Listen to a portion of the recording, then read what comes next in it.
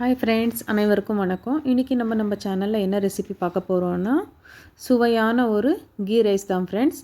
இதுக்கு முதல்ல நான் இங்கே 2 கிளாஸ் அளவுக்கு அரிசி கழுவி ஊற வச்சுருக்கேன். ஒரு பெரிய சைஸ் தேங்காய் சின்னதாக கட் பண்ணி வச்சுருக்கேன்.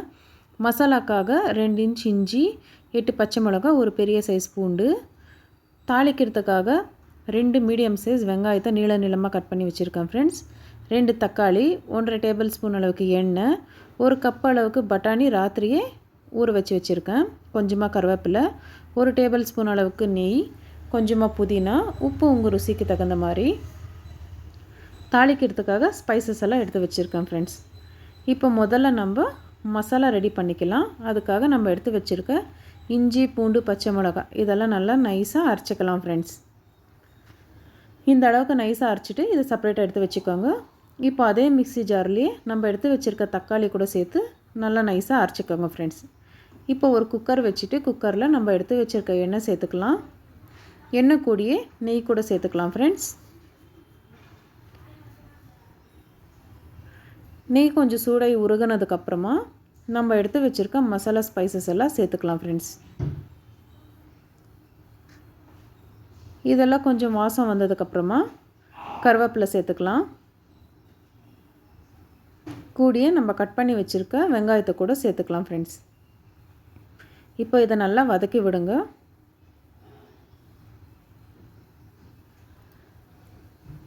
இந்த அளவுக்கு நல்லா வதங்கினதுக்கப்புறமா நம்ம அரைச்சி வச்சுருக்க பச்சை மிளகாய், இஞ்சி, பூண்டு பேஸ்ட்டு சேர்த்துக்கலாம் ஃப்ரெண்ட்ஸ்.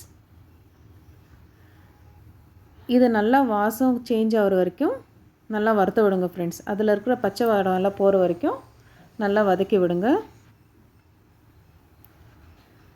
இப்போ இந்த அளவு நல்லா வெந்து வந்ததுக்கப்புறமா நம்ம அரைச்சி வச்சுருக்க தக்காளி பேஸ்ட்டு கூட சேர்த்துக்கலாம் ஃப்ரெண்ட்ஸ். தக்காளி பேஸ்ட்டு சேர்த்துட்டு நல்லா வதக்கி விடுங்க. நல்லா இதில் எண்ணெய் பிரிஞ்சு வரட்டும், அது வரைக்கும் நல்லா வேக வச்சுக்கோங்க. இப்போ நம்ம தேங்காய் பால் ரெடி பண்ணிடலாம் ஃப்ரெண்ட்ஸ். நம்ம கட் பண்ணி வச்சுருக்க தேங்காய் எல்லாமே மிக்ஸி ஜாருக்கு போட்டு பால் ரெடி பண்ணி வச்சுக்கோங்க. இந்த அளவுக்கு எண்ணெய் நல்லா பிரிஞ்சு வந்ததுக்கப்புறமா நம்ம வச்சுருக்க பட்டாணி சேர்த்துக்கலாம். பட்டாணி சேர்த்துட்டு நல்லா வதக்கி விடுங்க. இப்போ பாருங்கள் ஃப்ரெண்ட்ஸ், நான் தேங்காய் பால் ரெடி பண்ணி வச்சுருக்கேன்.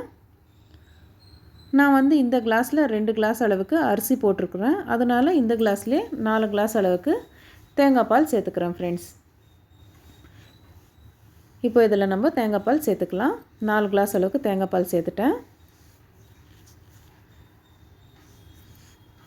இப்போ இதிலே உப்பு நான் 1 டேபிள் ஸ்பூன் அளவுக்கு போட்டுன்னு இருக்கேன். நீங்கள் உங்கள் ருசிக்கு தகுந்த மாதிரி போட்டுக்கோங்க. தண்ணி நல்லா இந்த அளவு கொதித்து வந்ததுக்கப்புறமா நம்ம ஊற வச்சுருக்க அரிசி சேர்த்துக்கலாம்.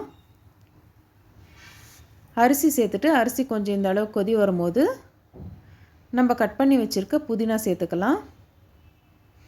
புதினா சேர்த்துட்டு நல்லா மிக்ஸ் பண்ணி விட்டுடுங்க ஃப்ரெண்ட்ஸ். மிக்ஸ் பண்ணிவிட்டு இது ஒரு 5 நிமிஷம் கொதிக்கட்டும்.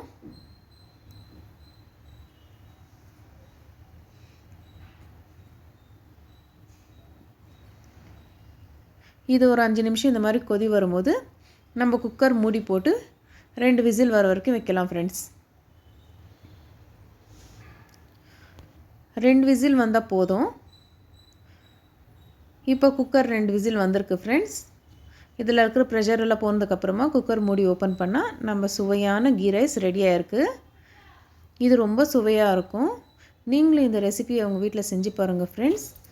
இதே மாதிரி நம்ம சேனல் பார்த்துட்டே இருங்க ஃப்ரெண்ட்ஸ். உங்கள் சப்போர்ட் எப்போவுமே இதே மாதிரி இருக்கட்டும். மறக்காத நம்ம சேனலை சப்ஸ்கிரைப் பண்ணிக்கோங்க ஃப்ரெண்ட்ஸ். ரொம்ப நன்றி.